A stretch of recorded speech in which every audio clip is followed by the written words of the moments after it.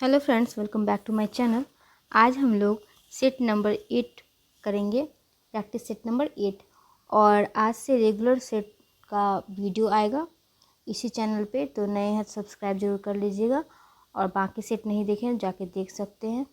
और आज से हम लोग डेली एक सेट प्रैक्टिस करेंगे और इसमें है आपको टोटल 45 सेट है आपको लगभग। और उसके बाद है आपको बीपीएससी ट्री का भी क्वेश्चन है, एस्टेट का भी क्वेश्चन है, तो वो सभी हम लोग कर लेंगे। ठीक है, तो पहले अड्डा पब्लिकेशन का कंप्लीट करते हैं सेट को, उसके बाद हम लोग उपकार पब्लिकेशन का सेट करेंगे। टोटल 40 सेट है इसमें। ठीक है, और 5 सेट जो है वो बीपीएससी ट्री का क्वेश्चन पेपर पहले वाला पीवाईक्यू और एस्टेट का दिया गया है, तो लास्ट में वो सभी करेंगे। तो पहले ये सेट करना स्टार्ट करते हैं। आज सेट नंबर 8 इसमें पूछ रहा है, पहला क्वेश्चन क्या पूछ रहा है, तो राग यमन कौन सी ठाट से लिया गया है। तो राग यमन जो है ये आपको कल्याण ठाट का हो जाएगा, कल्याण ठाट से लिया गया है। सेकंड क्वेश्चन है, रूपक ताल की खाली कितनी मात्रा पे होती है। तो रूपक ताल की जो खाली होती है वो पहली मात्रा पे होती है। उसके बाद थर्ड नंबर क्वेश्चन है, एक ताल में कितने विभाग होते हैं। तो एक ताल में जो है वो आपको 6 विभाग होते हैं। ठीक है, 4 नंबर क्वेश्चन है, पंचम सवारी ताल कितनी मात्राओं की होती है। तो पंचम सवारी ताल जो है ये आपको हो जाएगी 15 मात्रा की। नेक्स्ट क्वेश्चन है, ख्याल के साथ कौन सा ताल बजाया नहीं जाता है। तो ख्याल के साथ जो है ये 4 ताल नहीं बजाया जाता है, झुमरा ताल, दीपचंदी ताल ख्याल के साथ बजाया जाता है। ठीक है, 6 नंबर क्वेश्चन में क्या कह रहा है, तो झप ताल कितनी मात्राओं की होती है। तो झप ताल जो है ये आपको कितनी मात्राओं की होती है, तो 10 मात्रा की होती है। नेक्स्ट क्वेश्चन है हम लोगों का 7 नंबर क्वेश्चन। 7 नंबर क्वेश्चन में कह रहा है, 3-4-3-4 का 4 विभाग कौन सी ताल में होता है। तो 3-4-3-4 का ताल विभाग ये आपको हो जाता है झुमरा ताल में। ठीक है, नेक्स्ट क्वेश्चन है 8 नंबर, एक ताल में खाली कौन सी मात्रा पर होती है। कौन कौन सी मात्रा पे एक ताल में खाली होती है। ठीक है, तो इस क्वेश्चन का आंसर क्या हो जाएगा, 3 पे और 7 पे। 3 नंबर पे और 7 नंबर पे आपको क्या मिलेगी, खाली। ठीक है, 9 नंबर क्वेश्चन है, विष्णु नारायण भातखंडे जी का जन्म कब हुआ था। तो विष्णु नारायण भातखंडे जी का जन्म जो हुआ था 10 अगस्त 1860 ईस्वी में हुआ था। नेक्स्ट क्वेश्चन है, पंडित बालकृष्ण बुआ इचलंजीकर के मुख्य शिष्य कौन थे। तो पंडित बालकृष्ण बुआ इचलंजीकर के मुख्य शिष्य जो थे वो थे आपको विष्णु दिगंबर पलुस्कर। नेक्स्ट क्वेश्चन है, अलाउद्दीन खिलजी के दरबार में मशहूर गज़ल गायक का नाम क्या था। तो अलाउद्दीन खिलजी के दरबार में जो थे मशहूर गज़ल गायक ये आपको थे अमीर खुसरो। नेक्स्ट क्वेश्चन है हम लोग का 12 नंबर क्वेश्चन। इसमें पूछा जा रहा है, पंडित पलुस्कर जी की पहली मात्रा किस प्रकार के चिन्ह से पहचानी जाती है। तो पंडित पलुस्कर जी की पहली मात्रा जो है ये आपको 1 से इंडिकेट किया जाता है, पहचाना जाता है। ठीक है, पहला चिन्ह। ठीक है, पहली मात्रा का चिन्ह क्या है, तो 1 है। ठीक है, 13 नंबर क्वेश्चन है, भातखंडे के ताल लिपि में खाली को कौन सा चिन्ह द्वारा जानते हैं। तो भातखंडे के ताल लिपि में खाली को जो है वो आपको किससे दर्शाया जाता था, तो ये दर्शाया जाता था 0 से। 14 नंबर क्वेश्चन है, भोपाली राग की ठाट उत्पन्न होती है। भोपाली राग की ठाट जो है ये उत्पन्न होती है कल्याण से। ठीक है, उसके बाद 15 नंबर क्वेश्चन, झुमरा ताल कितनी मात्राओं की होती है। तो झुमरा ताल जो होती है वो आपको होती है 14 मात्रा की। 16 नंबर क्वेश्चन है, भारतीय संगीत की कितनी पद्धतियाँ होती है। तो भारतीय संगीत की 2 पद्धतियाँ होती है। 17 नंबर क्वेश्चन है, गायन की उपयोगी नाद को क्या कहते हैं। गायन के उपयोगी नाद को क्या कहते हैं फ्रेंड्स? तो ये कहते हैं आपको स्वर। 18 नंबर क्वेश्चन है, सप्तक तार कितने प्रकार के होते हैं? सप्तक तार कितने प्रकार के होते हैं बताइए फ्रेंड्स? इसका आंसर क्या हो जाएगा? 3 प्रकार के, मध्यमंद्र और तार। ठीक है। 19 नंबर क्वेश्चन है, शुद्ध स्वर से ऊपर नीचे आने वाले स्वर को क्या कहते हैं? शुद्ध स्वर से ऊपर नीचे आने वाले स्वर को कहते हैं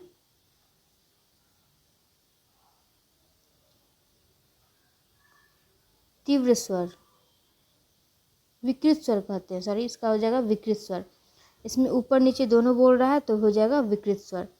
20 नंबर क्वेश्चन है, स्वरों द्वारा ऊपर जाने की क्रिया को क्या कहते हैं? तो स्वरों द्वारा ऊपर जाने की क्रिया को कहते हैं आरोह। 21 नंबर क्वेश्चन है, राग में कम से कम कितने स्वर होने चाहिए? तो राग में कम से कम जब पूछेगा तो कितने स्वर हो जाएंगे? 5। थाट कितने होते हैं? 10 थाट होते हैं ना, तो 10 हो जाएगा इसका आंसर। अब नेक्स्ट क्वेश्चन है 23 नंबर क्वेश्चन, जिन थाटों से राग उत्पन्न होते हैं उसे क्या कहते हैं? तो उसे कहते हैं जन्य राग। 23 का क्या हो जाएगा? आश्रय राग हो जाएगा। ठीक है ना, आश्रय राग कहते हैं। जिन थाटों से राग उत्पन्न होते हैं उसे आश्रय राग कहते हैं। ठीक है फ्रेंड्स। नेक्स्ट क्वेश्चन है, नाद की कितनी विशेषताएं होती है? तो पता ही होगा आपको, नाद की 3 विशेषताएं होती है। फिर 25 नंबर क्वेश्चन है, स्वरों की चलन को क्या कहते हैं? तो स्वरों की चलन जब पूछ लेगा तो इसमें हो जाएगा आंसर आपको अलंकार। 26 नंबर क्वेश्चन है, ध्रुपद के कितने भाग होते हैं? तो ध्रुपद के जो भाग होते हैं वो आपको 4 भाग होते हैं। 27 नंबर क्वेश्चन है, ध्रुपद गीत में प्रायः गाया जाता है। ध्रुपद गीत में कौन सा रस प्रायः गाया जाता है? ये कैसा गीत गाया जाता है प्रायः, अधिकतर? तो इसका आंसर क्या हो जाएगा? इसका आंसर हो जाएगा भक्ति संगीत। भक्ति गीत गाया जाता है ध्रुपद गीत में। ठीक है, 27 का बी हो जाएगा। 28 में है, धमार गीत कौन से ताल में गाया जाता है? धमार गीत जो है ये आपको पूछ रहा है कौन से ताल में गाया जाता है, तो ये धमार ताल में ही गाया जाता है। 29 नंबर क्वेश्चन है, छोटे छोटे तानों की लड़ी को क्या कहते हैं? तो छोटे छोटे तानों की लड़ी को कहते हैं ठप्पा। ठीक है, इसका 29 का सी हो जाएगा। 30 नंबर क्वेश्चन है, 7 स्वर वाले राग को क्या कहते हैं? तो 7 स्वर वाले राग को कहते हैं संपूर्ण राग। 31 है, सारंग देव के अनुसार वाद्यों को मुख्यतः कितने वर्णों में विभाजित किया गया है? तो सारंग देव के अनुसार पूछेगा तो आपको हो जाएगा 4। सारंग देव के अनुसार 4 वाद्यों को 4 भागों में विभाजित किया गया है, 4 वर्गों में विभाजित किया गया है। 32 नंबर क्वेश्चन है, जिन वाद्यों में चमड़े का आघात करने से स्वर उत्पन्न होता है उसे क्या कहते हैं? तो उसे कहते हैं, क्या कहते हैं बताइए फ्रेंड्स? कहते हैं अवनद्यवाद। नेक्स्ट है 33 नंबर क्वेश्चन, इसराज को कौन से यंत्र से बजाया जाता है? तो इसराज को है आपको इसराज को हो जाएगा आपको कमानी से बजाया जाता है।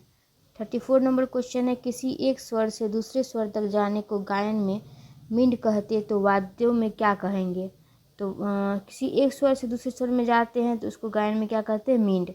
तो पूछ रहा है वाद्य में क्या कहेंगे? तो वाद्य में कहेंगे आपको सत। 35 नंबर क्वेश्चन है, दिल्ली बाज को क्या कहते हैं? दिल्ली बाज को कहते हैं मशीद खानी बाज, गत। ठीक है, उसके बाद राजा खानी बाज को क्या कहते हैं? तो राजा खानी बाज को कहते हैं लखनऊ बाज। 37 नंबर क्वेश्चन है, तबले के ठेका सुनकर हम पहचानते हैं। तबले के ठेका सुनकर हम किसको पहचानते हैं?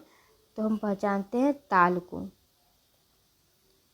नेक्स्ट क्वेश्चन है 38 नंबर, तानपुरा को किसके द्वारा बजाया जाता है? तो तानपुरा पूछेगा तो अंगुलियों द्वारा हो जाएगा। नेक्स्ट है, शहनाई में किस यंत्र द्वारा स्वरोत्पत्ति होती है? शहनाई में जो है वो पूछ रहा है किस यंत्र के द्वारा स्वरोत्पत्ति होती है, तो इसका हो जाएगा आपको पत्ती। 40 नंबर क्वेश्चन है, उस्ताद अली अकबर खां कौन सा वाद्य यंत्र बजाने के लिए मशहूर है? तो उस्ताद अली अकबर खां जो है ये आपको क्या बजाते हैं, तो ये सरोद बजाते हैं। 41 नंबर क्वेश्चन है, हिंदुस्तान में मशहूर शहनाई वादक का नाम क्या है? तो हिंदुस्तान में मशहूर शहनाई वादक का नाम है आपको बिस्मिल्लाह खां, ये शहनाई वादक थे। ठीक है। 42 नंबर क्वेश्चन है, राग वृंदावनी सारंग का समप्रकृति राग कौन सा है? तो राग वृंदावनी सारंग का समप्रकृति राग जो है ये काफ़ी है। 43 नंबर क्वेश्चन है, निम्नलिखित में से कौन सा राग आश्रय राग होते हुए भी साडव साडव का है? ये आश्रय राग है लेकिन साडव साडव का है, तो ये कौन सा राग हो जाएगा? तो ये आपको हो जाएगा मारवा राग। ठीक है। 44 नंबर क्वेश्चन है, पखावज पर सामान्यतः गंभीर ताले बजाई जाती है, तो इसमें से कौन बजाई जाती है? तो ये बजाई जाती है आपको खेमटा। नेक्स्ट है 45, निम्नलिखित में से कौन से जोड़े की ताले मात्राओं की दृष्टि से बेमेल है? मतलब जिसमें मात्रा सेम नहीं है, अलग अलग है, तो इसमें से कौन सा ऑप्शन का आंसर हो जाएगा इसमें से? तो ये हो जाएगा आपको ई हो जाएगा, उपयुक्त में से कोई नहीं। मतलब सबका मात्रा जो दिया गया है सेम सेम दिया गया है, इसमें एक तरह का दिया गया है, मेल दिया गया है। ठीक है। 46 नंबर क्वेश्चन है, कौन सा स्वर किसी राग में विवादी नहीं हो सकता? तो कौन सा स्वर है जो किसी राग में विवादी स्वर नहीं हो सकता? तो ये हो जाएगा आपको षडज। ठीक है, षडज हो जाएगा। 47 नंबर क्वेश्चन हम लोग देख लें, तो उसमें पूछा जा रहा है, निम्न में से किस राग में वक्र स्वर लगते हैं? तो वक्र स्वर जो लगते हैं ये आपको तिलक कामोद में लगते हैं। 48 नंबर क्वेश्चन है, निम्न में से कौन सा स्वर किसी भी राग में विवादी नहीं है? किसी भी राग में विवादी कौन सा स्वर इसमें से नहीं है? तो ये हो जाएगा आपको कोमल नी। कोमल नी किसी भी राग में विवादी स्वर नहीं है। 49 है, भीम पलासी राग में किस स्वर पर न्यास कर सकते हैं? भीम पलासी राग में आपको गौ पर न्यास कर सकते हैं। 50 नंबर क्वेश्चन है, निम्न में से कौन सा एक आलाप का प्रकार नहीं है? इसमें से आलाप का प्रकार जो है ये मिलापक नहीं है। रूपक आलाप है, अलप्ति गान, ये सब आलाप का ही प्रकार है।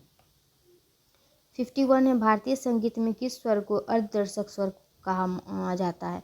ये क्वेश्चन बहुत बार आ चुका है, हम लोग के पिछले वाला सेट में भी आया था, तो ये हो जाएगा मध्यम।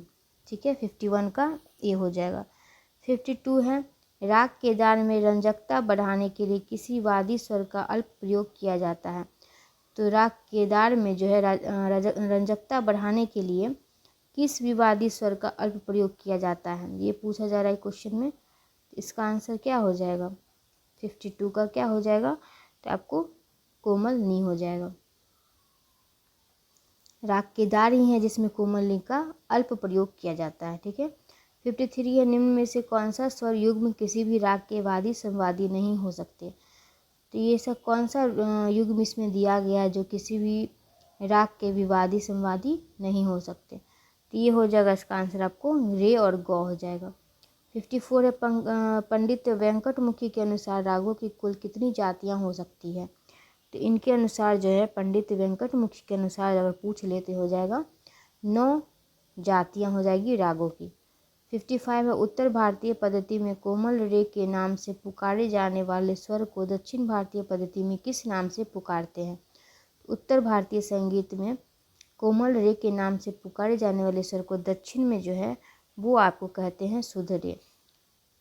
उत्तर भारतीय पद्धति में कोमल रे और दक्षिण में क्या बोला जाएगा उसको? शुद्ध रे।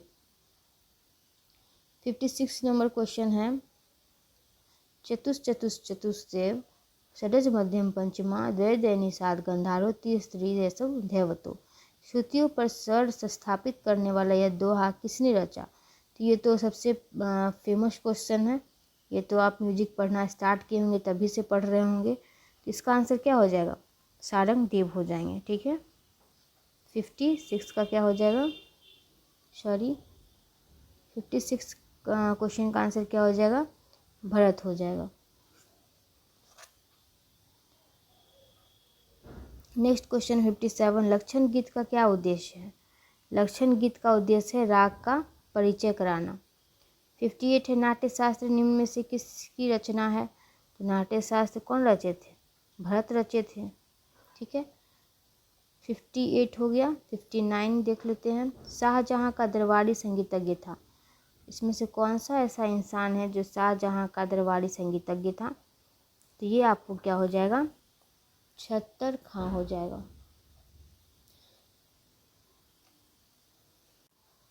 नेक्स्ट क्वेश्चन है 60 नंबर क्वेश्चन में पूछा जा रहा है, किसी तार पर एक सिरे से 36 डिग्री की दूरी पर तार 100 की स्थापना की जाए तो पंचम की स्थापना होगी। तो पंचम की स्थापना कहाँ पे होगी? तो ये 24 इंच पर होगी। ठीक है, 61 नंबर क्वेश्चन है, तानपुरा में कितने तार होते हैं? तो तानपुरा में जो है वो आपके हो जाते हैं 4 तार। 62 नंबर क्वेश्चन है, तानपुरा का एक अंग है तुम्बा, यह किससे बना होता है? तो तानपुरा का ही अंग है तुम्बा, वो किससे बना होता है?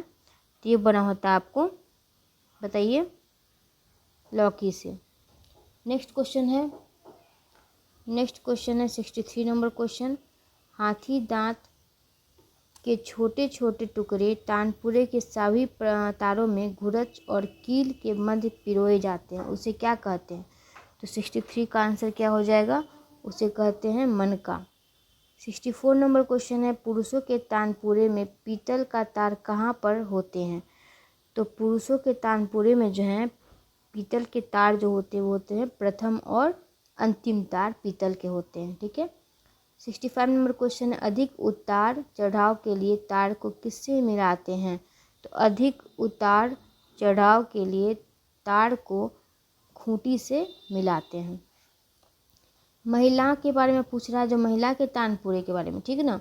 तो महिलाओं के तानपुरे का प्रथम तार किससे बना होता है? जबकि पुरुष का तानपुरे का प्रथम तार पीतल का बना होता है, तो महिला का तानपुरे का प्रथम तार किससे बना होगा? तो ये बना होगा पीतल का ही। ठीक है, नेक्स्ट क्वेश्चन है, मिजराव कौन से वाद्य यंत्र में आता है? मिजराव जो है वो आपको आ जाता है सितार में। 68 है, जो स्वर सितार में बहुत देर तक गूंजता है उसे क्या कहते हैं? तो जो स्वर सितार में बहुत देर तक गूंजता है उसको कहते हैं हम लोग तरब, तरब का तार। ठीक है, 69 है, सितार में कितने तार होते हैं? तो सितार में 7 तार होते हैं। 70 नंबर क्वेश्चन है, सितार के तार पर मिजराव से प्रहार करने पर जो ध्वनि उत्पन्न होती है उसे क्या कहते हैं? तो सितार के तार पर मिजराव से प्रहार करने पर जो ध्वनि उत्पन्न होती है उसे कहते हैं हम लोग बोल। 71 नंबर क्वेश्चन है, हिंदुस्तान के जाने माने सितार वादक के नाम क्या हैं? तो ये हो जाएंगे आपको पंडित रविशंकर। ठीक है, नेक्स्ट क्वेश्चन हम लोग का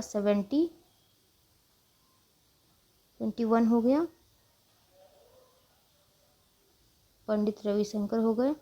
72 नंबर क्वेश्चन है, कौन सी वाद्य यंत्र को तत्वाद्यों की जननी कहते हैं? तो इसमें से कौन सा वाद्य यंत्र है जो तत्वाद्यों की जननी कहलाता है? तो ये हो जाएगा आपको वीणा, और सबसे प्राचीनतम वाद्य यंत्र भी यही हो जाएगा, वीणा।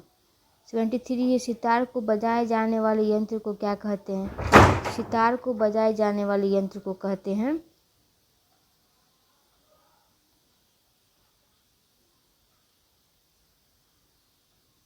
मिजराव। 74 नंबर क्वेश्चन है, धातु की एक छोटी पत्ती जिससे सरोद बजाए जाते हैं उसे क्या कहते हैं? धातु की एक छोटी पत्ती जिससे सरोद बजाए जाते हैं उसे कहते हैं हम लोग क्या कहते हैं? जवा कहते हैं। 75 नंबर क्वेश्चन है, जिन वाद्यों में हवा से स्वर उत्पन्न होते हैं उसे क्या कहते हैं? तो उसे कहते हैं हम लोग बांसुरी। 76 नंबर क्वेश्चन है, रात के 12 बजे से लेकर दिन के 12 बजे तक के राग को क्या कहते हैं? तो इसको कह देंगे हम लोग क्या? उत्तरांग प्रधान राग हो जाएगा। 12 बजे दोपहर से लेके 12 बजे रात के 12 बजे से लेकर दिन के 12 बजे तक उत्तरांग प्रधान राग हो जाता है, ठीक है, उत्तरांग राग। उसके बाद हो जाएगा वो 77 नंबर क्वेश्चन है, ख्याल कितने प्रकार के होते हैं? तो ख्याल होते हैं आपको 2 प्रकार के। 78 नंबर क्वेश्चन है, जो ख्याल धीमी लय में गाया जाता है उसे क्या कहते हैं? जो ख्याल धीमी लय में गाया जाता है वो विलंबित लय कहलाता है, ठीक है। 79 नंबर क्वेश्चन है, राग में प्रयोग किए जाने वाले स्वरों की तालबद्ध रचना को क्या कहते हैं? राग में प्रयोग किए जाने वाले स्वरों की तालबद्ध रचना को कहते हैं हम लोग सुरादर्थ। 80 नंबर क्वेश्चन है, अचल स्वर किसे कहते हैं? तो अचल स्वर किसे कहते हैं? सा और प को अचल स्वर कहते हैं। Okay friends, thanks for watching, keep smiling, keep learning. आज के लिए बस इतना ही, मिलते हैं नेक्स्ट वीडियो में। Thanks for watching.